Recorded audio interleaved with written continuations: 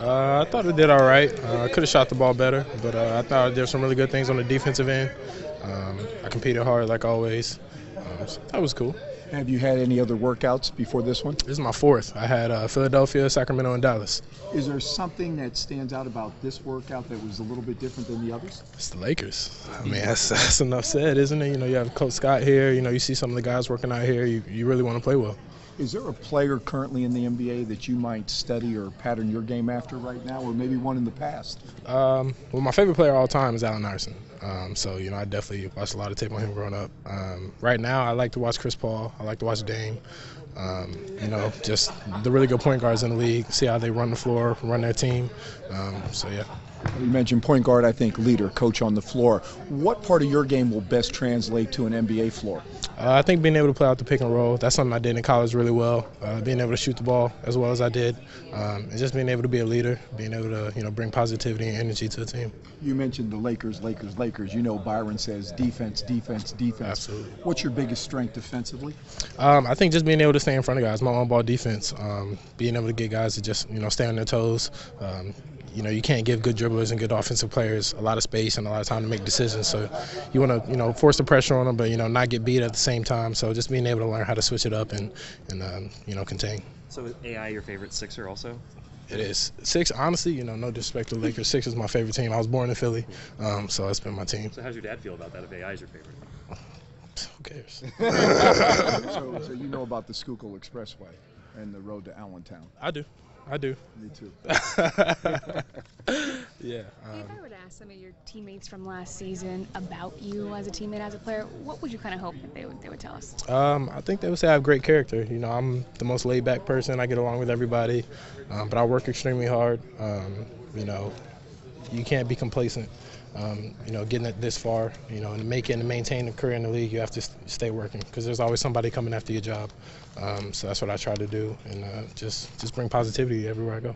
I know you've got a lot of workouts planned up ahead. I do. How is this whole process playing out for you? You hanging in there? Yeah, I'm doing good. The toughest part, I think, is, sleep, trying to get the sleep schedule down and trying to get in as much rehab as you can. Not being at home, it's kind of hard. So, definitely taking advantage of the facilities, that you go to, and just getting as much rest as possible. What are some of the other teams you've worked out for have upcoming? Upcoming, I have Portland Wednesday, Golden State Friday, then Phoenix, Memphis, Utah, Washington, Boston, and Cleveland. Okay. And in the past? I had Philadelphia, Dallas, and then Sacramento. That was cool. Going to Sixers, was that? It was. Special one? Yeah, it was nice. It was nice to go home. I hadn't been home in a long time, so it was nice. For 30 seconds, right? Exactly. Exactly. You've got a great resource in the great Hershey Hawkins. I don't know about great. Yeah, I'm gonna give him some props. One of my favorite players back in the day.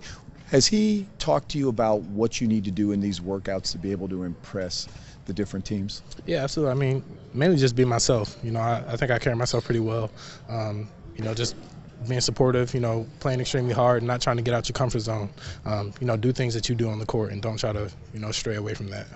That usually gets you on the not so good end. But I just come in and be myself. That's really it. Are you primarily? I look at the numbers. The 21 points a game and great shooting numbers.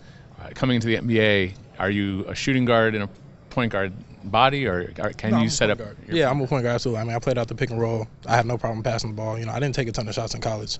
Right. I believe in taking good shots and knocking them down. I'm a point guard. What makes you such a good pick and roll that you think you can play in this league? I can make reads. I can make the great pass. I keep my head up and make reads all over the floor, no matter where the defender's at.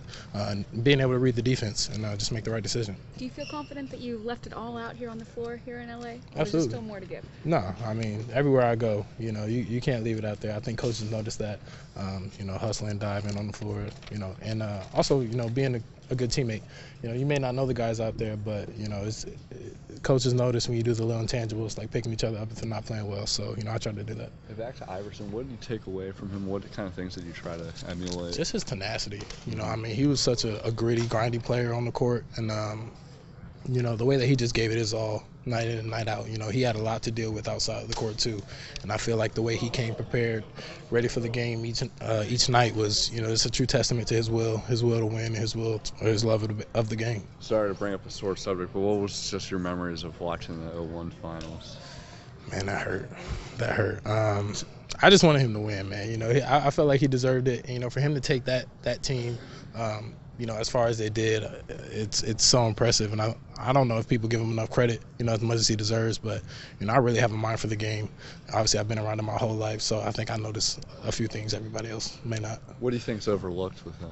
Or not he's not getting enough credit.